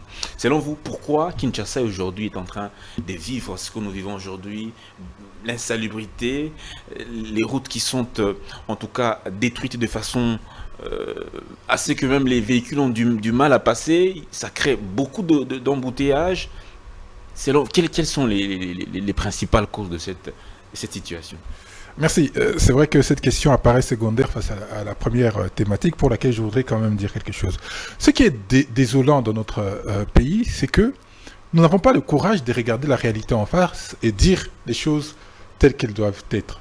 Ici, nous faisons une analyse sur les éléments sur lesquels des individus s'appuient pour pouvoir soutenir leurs actions belliqueuses, que nous ne soutenons pas. Je parlais ici de Nanga. J'ai dit, vous avez entendu le discours de Nanga. Le discours de Nanga se base sur de l'illégitimité. Je ne dis pas que Nanga a raison. Je n'adhère pas à la démarche de Nanga. Moi, je suis républicain. J'ai perdu les élections comme les simulacres d'élections, comme ça a été fait. C'est pas pour autant que j'ai rejoint Nanga ou que j'ai rejoint X ou Y. Je suis resté républicain, je suis sur votre plateau pour continuer à dénoncer ce qu'il faut dénoncer. Mais le problème, c'est que lorsque vous faites ça, il y a toujours des Congolais comme Diana qui vous disent « vous avez le même langage que le Rwanda ». À un moment donné, il faut savoir ce qu'on veut. Est-ce que vraiment, moi, je peux passer à la télé de manière républicaine et dire que, voilà, je soutiens le Rwanda dans sa démarche et tout? Non. Le Rwanda fait ce qu'il fait pour sa population. Mais il ne faudrait pas en faire une affaire personnelle. Je parlais de l'opposition dans le général. Quitte à vouloir... C'est pas personnel. Mais c'est pas vrai. C'est ça que j'ai dit, c'est pas vrai. Je peux vous le prouver. Et moi, je parle en tant qu'opposant, en tant que on s'oppose encore à quelque chose de légitime. Mais voilà, il ne faut pas qu'on aille dire ça. Il faut dire, voilà, ce sont des éléments, c'est de l'eau qu'on apporte au moulin de ces voyous et qui vont à gauche et à droite. Est-ce que les rébellions ont toujours une connotation congolaise? Toutes les rébellions. Je vous dis, monsieur Jean-Pierre Mbemba, dont la nationalité congolaise ne peut pas être remise en question, a été à la tête du MLC, il y a eu d'autres qui ont été à la tête du RCD. Ça, c'est un modus operandi qu'ils utilisent pour pouvoir effectivement s'accorder une certaine, on va dire encore, légitimité et une certaine acceptation. Nous ne défendons pas ça, mais nous disons que voilà, c'est un problème et il faut résoudre ces problèmes pour éviter de donner du pain ou alors de l'eau au moulin de ces personnes. Ici, nous parlons de la question de la légitimité, mais comment mon ami Diana peut être à l'aise avec une élection qui s'est passée en 7 jours? Alors que la loi dit qu'il faut que ça se passe en un jour. Comment est-ce que mon ami Diana peut être à l'aise avec tout ce qu'il a vécu? Des machines qui étaient dans des salons des individus, des centres qui ont été saccagés, voilà, tout ce qui est fait de manière désordonnée. L'argument qui vous oppose, c'est que c'était, des faits à minorer par rapport à l'ensemble des élections qu'on a eues sur le... C'est extrêmement grave. C'est des faits à minorer. Des élections qui se passent en 7 jours? Où est l'équité entre les électeurs? Il n'y a pas d'équité. On ne peut pas appeler ça élection. Donc ça pose directement et automatiquement la question de légitimité. Lorsque ceux dont les suffrages ont été annulés sont essentiellement ceux de l'obédience de M. Félix Tshisekedi. On dit qu'ils ont triché. Mais vous pensez vraiment qu'ils auraient triché que pour eux et pour Martin Fayulu? Ou ils auraient triché pour eux et pour M. Félix Tshisekedi? Ça pose une question de légitimité. Et ça, il faut qu'on ait le courage de se regarder en face, de se dire les choses pour que demain nous construisions autre chose. Donc la question de légitimité, c'est comme ça que nous la comprenions, c'est-à-dire des élections qui respectent et qui suivent la loi et pour lesquelles personne ne respecte. M. Ibalanki, qui est de la majorité, ambassadeur de M. Tshisekedi, vous avez suivi ce qu'il a dit? Il a créé un regroupement politique. Il a dit qu'il faut annuler les élections au niveau législatif. Mais il veut protéger M. Félix Tshisekedi, c'est pourquoi il ne va pas jusqu'aux élections présidentielles. Lorsque tout le monde sort du bois et fustige, on ne peut pas continuer à dire qu'il y a de la légitimité. Et ça va donner du grain à moudre. C'est ça que nous disons. Il ne faut pas donner du grain à moudre à ces inciviques qui vont créer des rébellions, qui sont sous-traités pour venir créer des rébellions. Nous disons qu'il faut que l'on arrête. Nous disons qu'il faut que les Congolais se mettent autour d'une table pour discuter, pas partager les responsabilités. Nous avons toujours dit. Discuter autour de quoi? Autour de quoi exactement? Si nous voulions partager des responsabilités, nous serions à l'Union sacrée. Nous aurions eu certainement une dizaine de ministères. J'aurais pu être un ministre. Et nous disons non, ce n'est pas ça notre objectif. Il faudrait que nous discutions autour du Congo, autour des valeurs congolaises. Rapidement. Donc, si nous ne faisons pas ça, nous allons tourner en spirale. Vous savez, ce qui fait gagner ou perdre la guerre, ce n'est pas les nombres d'armes qu'on a. M. Diane l'a dit tout à l'heure. En une minute. C'est que lorsque Mouzé est arrivé, les gens adhéraient à Mouzé. Ils n'avaient pas besoin d'avoir des chars, des drones et tout ça. C'est juste l'adhésion populaire. Et pour retrouver cette adhésion populaire, il faut recréer la cohésion nationale. C'est le socle, c'est la base. Et c'est ainsi que nous allons arriver à mettre fin à cette guerre. Vous savez, l'Allemagne et la France se sont battus pendant très longtemps. Mais aujourd'hui, l'Allemagne et la France sont le moteur de l'Union européenne. Et c'est ce que nous pensons que nous devons faire pour trouver des réponses à nos problèmes. Mais la question de la salubrité à Kinshasa, en un mot comme en mille, pour une fois, je suis parfaitement d'accord avec mon co-débatteur Isam. Il n'y a pas de planification, il n'y a pas de programmation, il n'y a rien. On dirige le pays à tâtons, on dirige le pays par essai-erreur. Ah, Kinshasa Bopeto, c'est un bon slogan. Ça va sonner dans les oreilles de la population. Alors on lance Kinshasa Bopeto. Monsieur Félix Tshisekedi en grande pompe, il vient, il lance. Pour quel résultat? Aucun résultat. Est-ce que vous voyez les causes? Pas de planification. Mais les causes, c'est la planification. Les causes, c'est l'incompétence. Que ce soit au niveau du sommet de la République, que ce soit au niveau du sommet de la ville. Vous savez que j'ai décrié pendant des mois et des mois la question de la gestion de M. Ngobila. M. Ngobila, ils ont eu l'opportunité de le mettre de côté, mais ils ont remis M. Ngobila à la tête de la ville de Kinshasa. Est-ce que vous trouvez ça sérieux? Vous trouvez ça normal? Merci. Regardez, nous allons souffrir. Terminé. Vous savez, les tenants du pouvoir aujourd'hui, les nouveaux riches, dès qu'ils ont un peu d'argent, tous ils vont construire dans les espaces réservés. Tous. Et des immeubles cette fois. 10, 15, 20 étages avec 30, 40, 50 appartements. Mais nous n'arrêtons pas de nous congestionner. Quelle est la planification? Vous savez, l'Algérie a construit une nouvelle capitale. Vous savez, l'Égypte a construit un nouveau Caire en 5-6 ans. Donc c'est possible de décongestionner la ville, mais pour ça, il faut une planification, il faut une programmation, il faut qu'on arrête de voler l'argent de l'État, comme l'a dit l'apôtre Dallo, pour que l'argent de l'État serve effectivement aux concitoyens, au peuple congolais, pour planifier et mettre en exécution des projets d'intérêt collectif. Merci beaucoup, M. Yves Badjoko. En tout cas, c'était votre dernier tour de parole. On va chacun prendre un tour de parole et puis on va clore. Monsieur Marc Gardidiana, la question de la ville, c'est que peut-être vous allez rebondir sur ce que dit M. Yves Badjoko. La question de la ville, l'insalubrité, la détérioration de la voirie urbaine. Comment en sommes-nous arrivés jusque-là? Presque toutes les avenues sont en état de délabrement très très avancé. Il y a des nids de poules, ça crée beaucoup d'insécurité. Il y a des motos qui pullulent un peu partout. C'est l'image d'un désordre vraiment organisé. Comment on en est arrivé là? Ça, c'est une question que j'adore. J'aime d'ailleurs parce qu'à ces niveaux de discussion, les discussions sont souvent très constructives. Mais comme vous l'avez dit, je vais revenir forcément sur un élément essentiel et puis avec ses ramifications. J'ai aimé la chute quand il prend l'exemple de la France et de l'Allemagne, qui sont aujourd'hui le moteur de l'Union européenne. Mais je veux lui dire que ce qu'il dit là, Kinshasa a pensé à ça dès l'entrée du pouvoir de Félix Tshisekedi. Faire en sorte qu'on quitte la dimension de la guerre avec le Rwanda, qu'on regarde les intérêts économiques si c'est la question qui divise. Quel résultat a-t-il obtenu? Et d'ailleurs, je le dis, il a pris cette décision, j'ai envie de dire, au regret des Congolais, d'ouvrir des portes de brèche économique au Rwanda pour stopper les velléités d'ordre militaire et armé. Ok. C'est pour vous dire, le problème n'est pas ça, c'est réducteur. Vous savez, même quand on revient, je veux revenir encore sur la question de cette notion de la légitimité. J'avais envie, parce que techniquement, moi j'ai des réponses à apporter à ces questions, mais je ne veux pas que le Congolais, je veux pas qu'on me fige dans quelque chose. Parce que quand la CENI est en train de publier les résultats, les Congolais voient les résultats, mais ils ne lisent pas à côté. Il y avait ce qu'on appelait le taux de compilation. Il y a eu des bureaux de vote même à la présidentielle dont les résultats n'ont pas été comptabilisés pour raison d'enquête, pour raison de velléité de tricherie. Mais malheureusement, c'est à ces niveaux-là, c'est ça la responsabilité de la CENI. La CENI n'a pas très bien communiqué à ces niveaux. Quand il affichait les résultats au centre Bossolo, quand il disait aux gens taux de compilation, il ne disait pas parce que le vote, parce que le nombre de suffrages exprimés était au-dessus, mais parfois c'était généralement moins. C'est pour vous dire qu'il y a des bureaux où, pour des raisons d'enquête, les résultats n'ont pas été pris en compte. Et la CENI doit corriger et faire ce travail-là. Mais dans le fond, quand vous parlez de la question de légitimité, parce que M. Ibalanki ou certains en interne fustigent les élections. Mais moi, je me sens très à l'aise. Vous savez pourquoi? Parce que si c'était une question de prisme politique, on n'aurait pas vu de gens détenteurs du pouvoir, comme le Ngobila et les autres, être sanctionnés. Je suis désolé.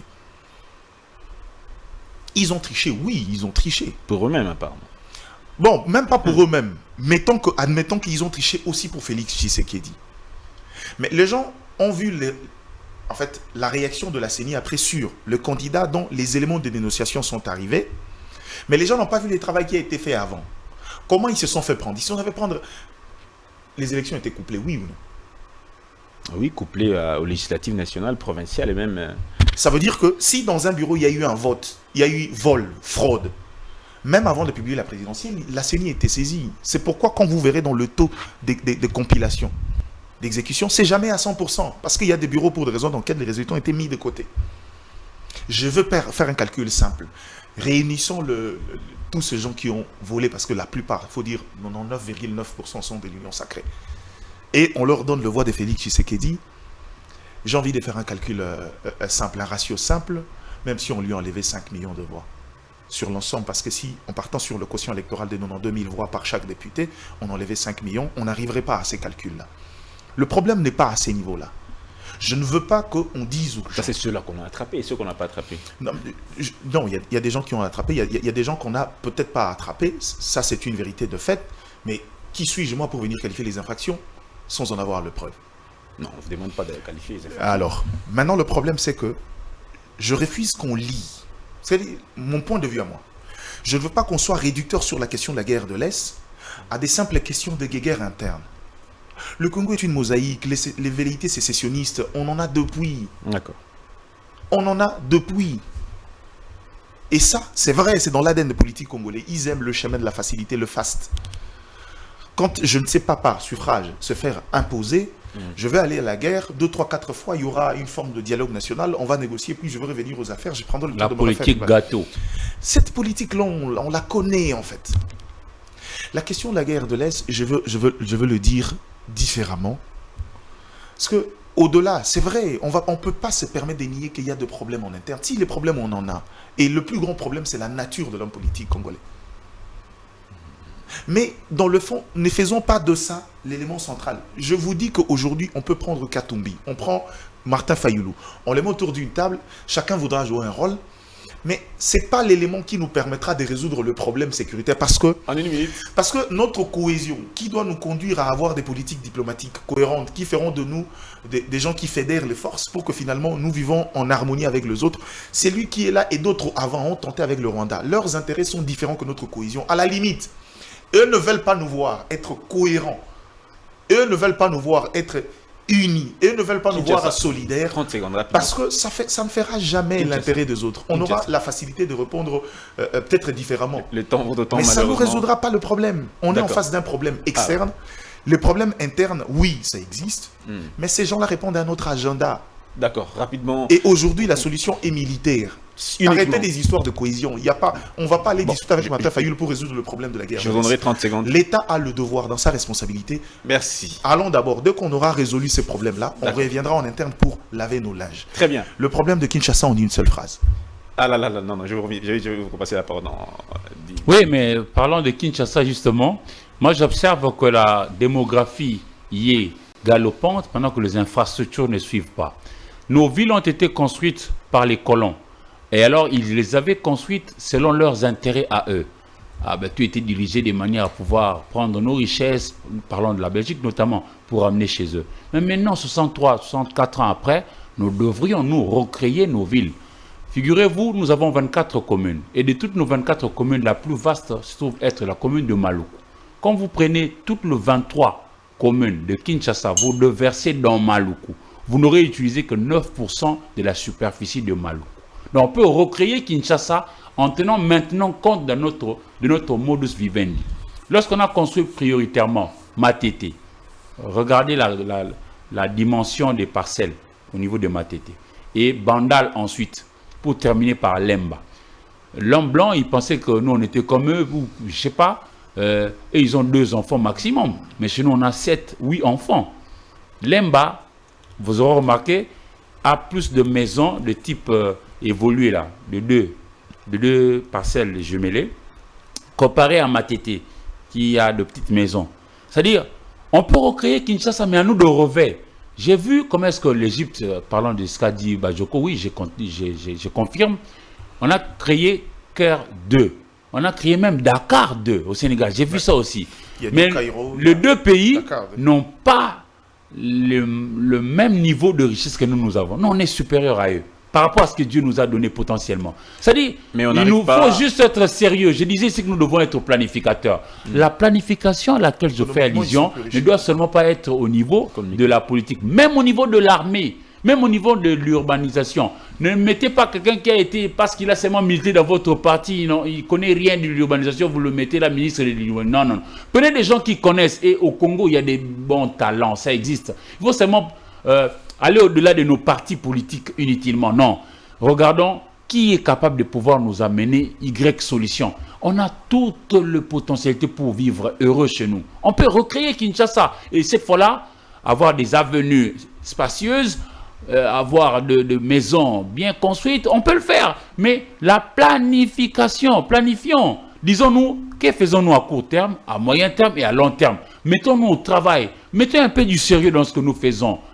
Et puis, nos pasteurs, je crois que vous avez quand même un rôle aussi important. Nous, journalistes, aujourd'hui, nous ne sommes pas seulement en train d'annoncer des nouvelles. Il nous arrive aussi, d'ailleurs, souvent, de pouvoir recadrer les uns les autres pour donner, non pas seulement le b.a.-ba de ce qui doit être fait, mais en vous conseillant aussi pour nous amener une sorte de cohésion, comme le dit Baba Djoko. Vous êtes tous là dans dans vos postures pour chercher les postes. Non, non, non, non. Les postes Les passeront.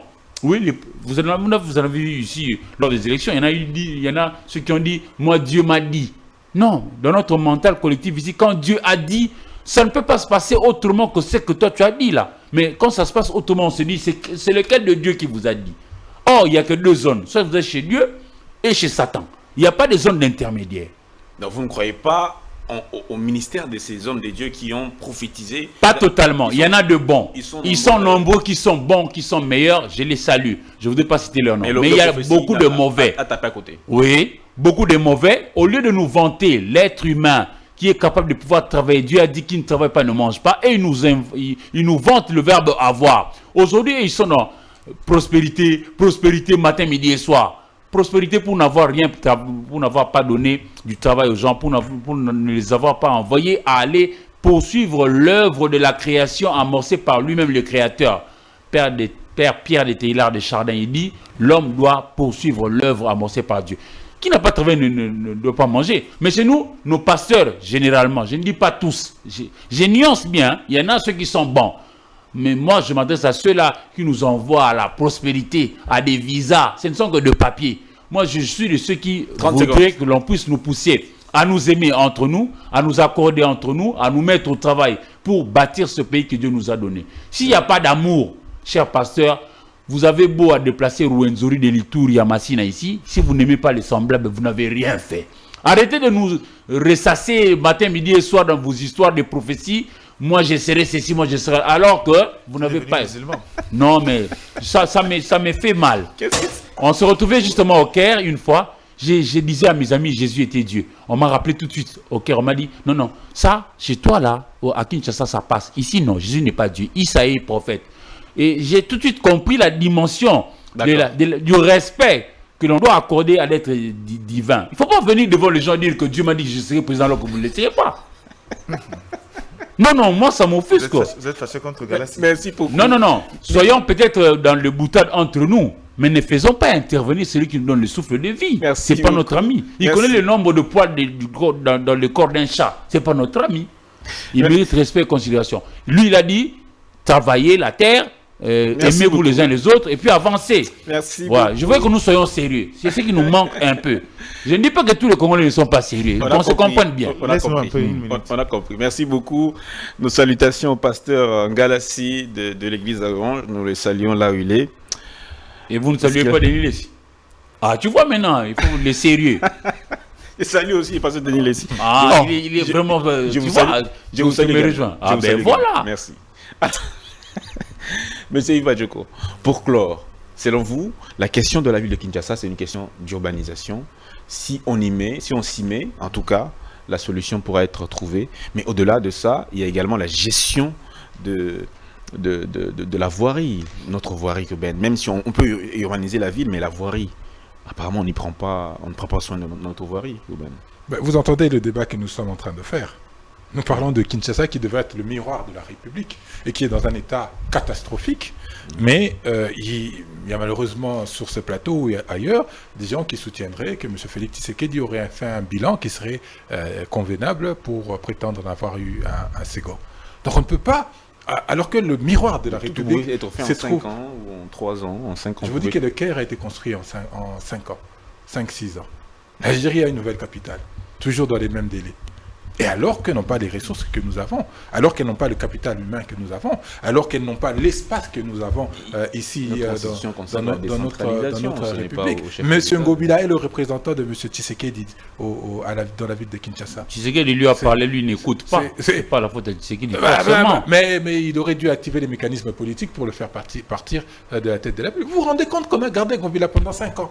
Il est parti même pendant un moment, mais on l'a fait revenir même pour avoir 2-3 mois. Et la première chose qu'il fait, il nomme un nouveau gouvernement. Mais est-ce que vous vous rendez compte? Est-ce qu'on est sérieux? C'est-à-dire que nous ne sommes pas sérieux au niveau de la République. Et nous ne sommes pas redevables. Toujours cette question de légitimité. Les gens ne sont pas redevables. M. Ngobila est redevable qu'envers M. Félix Tshisekedi. qu'on n'a plus le temps. M. Tshisekedi est redevable qu'envers ceux qui ont fait pour qu'il soit à ce niveau. C'est pourquoi aujourd'hui la ville est à l'abandon. C'est pourquoi nous sommes là. C'est-à-dire qu'il faut une planification. D'abord, il faut un projet pour la République. Il faut un projet pour la ville de Kinshasa. Et puis, il faut être sérieux dans la planification et dans la mise en œuvre. Je voudrais quand même insister sur un aspect important. Tant qu'il n'y a pas cohésion au niveau interne, nous aurons du mal. Je ne vais pas être pasteur, mais je vais évoquer ce que dit la Bible. Une maison qui est fracturée en interne ne peut subsister. Elle est vouée à disparaître. Et donc, à la différence de ce que monsieur... Martin être cet agent de paix à pouvoir participer lui aussi à la cohésion. Nous avons toujours été cet agent de paix. Nous avons toujours demandé à ce que il faut le demeurer. Moi, je le dis très clairement. Beaucoup de gens ne veulent pas l'entendre. Il faut discuter. Il faut dialoguer. Même si ça a une connotation négative dans notre pays, il est impératif que le Congolais se parle sérieusement. Et demain, vous allez voir... Accordez-moi même les minutes de temps de déplacement. Il y a l'espoir que Kinshasa puisse revêtir plus tard une belle robe, comme on aimerait bien le voir. Le jour où on cesse d'espérer, on cesse d'être un peuple. Mais je voulais pas revenir, je voulais rester sur la question le pourquoi. Vous savez, vous avez parlé de la voirie. Il y a eu une chaîne. Il y a beaucoup d'éléments. À ces sujets-là, on sera d'accord sur beaucoup de choses, mais je veux répéter ici que la question de Kinshasa est une question transversale. Il est difficile aujourd'hui de pouvoir retravailler les voiries convenablement dès lors que la ville est congestionnée. Kinshasa est une, j'utilise le mot congestionné parce que les zones d'intérêt économique sont engorgées à un seul endroit. Le flux de mouvement au quotidien s'effondre dans le même sens, dans la même direction. De façon urgente, il faut décongestionner Kinshasa. Mais exactement, c'est ce qu'on est en train de dire. À ce niveau de Kinshasa, on sera d'accord. Parce que de toute façon, ici, on discute sur les questions de fait. La question de comment faire se pose à deux niveaux. La première de choses, il faut en assurer le moyen. Le moyen commence par où? Parce que je sais, Eric Izam, sur le potentiel, on dirait que le Congo a plus de moyens que l'Égypte, où je veux apporter la précision. Le projet Nukaïro a commencé en 2001 et n'est même pas encore fini. Mais Kinshasa, économiquement, ne valent pas à l'Égypte. Regardez le liste en termes de mobilisation, en termes de capital productif, on n'est pas à ces niveaux-là. C'est ce que je dis. C'est que le problème n'est pas le peuple, le problème c'est le moyen. Le problème, c'est les moyens. Parce qu'aujourd'hui, il faut prendre des décisions. Si vous le faites avec Kinshasa, il n'y a pas qu'au Kinshasa. Cette réalité est presque partout. C'est là où je dis que je me demande est-ce que c'était nécessaire qu'on aille dans le découpage territorial. Je ne parle pas de la décentralisation parce que Kinshasa, le Congo, on n'est pas arrivé au niveau de la décentralisation. Mais si les élections consacrent déjà cette décentralisation. Non, en fait, vous voyez les choses différemment de moi. Je vais vous expliquer c'est quoi la décentralisation. La décentralisation commence dans les approches administratives aussi. Quand vous découpez des territoires, quand vous découpez des territoires sans leur donner les pouvoirs qu'il faut, sans leur donner les moyens de leur politique, c'est un sérieux problème. Mais les 145 territoires. Mais aussi, nous devons pas du sujet des projets de 145 territoires. Ça peut être une belle ville. Permettez-moi de prendre mes minutes, s'il vous plaît. Permettez-moi. Donc, en gros, je vous dis que le problème part de là. Dès lors qu'on aura eu une politique cohérente, vous allez demander à Kinshasa d'avoir un projet, des désengorgements de Kinshasa, oui. Mais ça, c'est un autre problème. Je veux pas, ici, c'est pas un secret, j'ai toujours dit ici, ce que Ngobi a fait, c'est une gestion, ça veut dire que je suis le pape. Je ne vais jamais changer. On l'a vu, on l'a ramené, on l'a sanctionné. Mais si vous voulez, malheureusement, quand on arrivera à ces terrains-là, on discutera politique. Or, moi, j'ai horreur des débats politiques. C'est des débats d'anticatastase. C'est-à-dire, on tire des choses par le chevet et puis on peut asseoir un argumentaire. À ces niveaux-là, j'entre pas parce que je ne suis pas politique. Très bien. Donc, si on veut rester dans la science, c'est une vérité de fait. Kinshasa n'a pas été gouverné, Kinshasa n'est pas gouverné et c'est pas de maintenant. Quand on remonte, Kinshasa a un sérieux problème, la démographie continue à s'accroître, mais la politique de contingence de cette démographie ne vient pas. Et c'est ça tout le problème. Aujourd'hui, on est en retard suffisamment. D'accord. Mais pour le faire, il faut le moyen. Le premier de moyens, administrativement, il faudra faire fonctionner le mécanisme de décentralisation. Ça pourra alléger l'enveloppe de l'État, permettre d'abord à ceux-là, aux ces incompétents-là, de pouvoir être devant un fait accompli, faire ce qu'ils ont à faire et le pouvoir central puisse faire ce qu'il a à faire. Akeloba, un auteur ivoirien. Rapidement. Akeloba, un auteur ivoirien, il a écrit Kokumbo l'étudiant noir, tous on a étudié ça. Il a dit il faut que nous qui sommes allés à l'école puissions absolument réussir. Sinon les aïeux diront ça ne sert à rien de les envoyer à l'école. Je le dis pourquoi. Pour que Kinshasa redevienne propre, nous aussi citoyens devrions participer. Le mal de chez nous aussi, c'est quoi? On vous dit que voici ce qu'il faut faire. Il ne faut pas peut-être, par exemple, venir construire ici. Mais on s'entête. On veut absolument construire parce qu'on a une petite parcelle de pouvoir. Nous devons participer tant ça peut nous-mêmes à vouloir à ce que notre maison soit propre. Et chacun devra mettre la main à la pâte. Si aujourd'hui, nous sommes rendu compte que nous allons de mal en pis, réveillons-nous. Mettons-nous au travail pour que nous puissions améliorer. Et c'est possible. Voilà. Réveillons-nous maintenant au travail et c'est possible que nous puissions reconstruire Kinshasa. On est réveillé. Quand on réunit nos déchets, on dépose où? C'est bien de demander. Mais qu'il y a chacun, chacun son boulot. La population. Mais après. Le bourgmestre, il fait quoi? Il doit quand même avoir des initiatives aussi. Il est impayé depuis. Il existe une politique nationale d'assainissement. Quand Martin Stanley était venu, il n'y avait même pas un seul mètre de rail. Il a créé. Il existe une taxe sur l'assainissement. Qui n'est pas appliquée. Il est où l'argent? Mesdames et messieurs, il faudrait que les choses s'améliorent. Sinon, dans 50 ans, on risque... Ils ont lignette avec l'emballage sachet non biodégradable. Ils y sont arrivés. Le sérieux. Et rétablir aussi la sanction. Dans un camp comme dans un autre. Qui travaille bien, oui, on les sanctionne positivement. Qui travaille mal, on peut brûler. On peut brûler. On dit, Lavoisier dit, rien ne se perd, rien ne se crée, mais tout se transforme. Merci beaucoup, monsieur Mike Gardi, Diana, monsieur Eric Izami, merci, monsieur Yves Badjoko, merci à vous qui nous avez suivis. C'était le dernier numéro de la semaine. On espère que vous l'avez aimé, que vous tirez toutes les leçons possibles de ce numéro de Grande Tribune. On va donc se retrouver le lundi prochain avec d'autres invités pour le bonheur de vous tous qui aimez bien cette émission. Bon anniversaire encore une fois à monsieur Eric Izami. Merci beaucoup.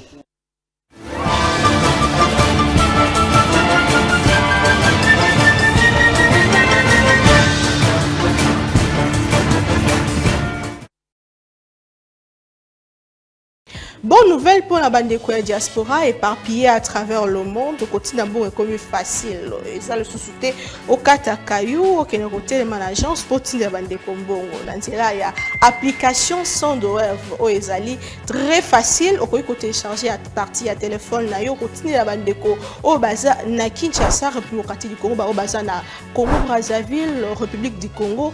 Facilement bakoki ko récupérer mbongo na nzela ya M-Pesa to Orange Money na bango et yo esika ozali bonne nouvelle miami balé ezali que ceux qui ont téléchargé application Sandwave et kotindi na code promo Buzz TV on reçoit $10 lokola bénéfice. Donc il y a pas mieux télécharger mokona lelo makamba hotel les managers Cécile, il y a pas mieux que ça. Tinda mbongo la facilité dès aujourd'hui télécharger Sandwave na nzela ya téléphone na yo plus facile, il n'y a pas mieux.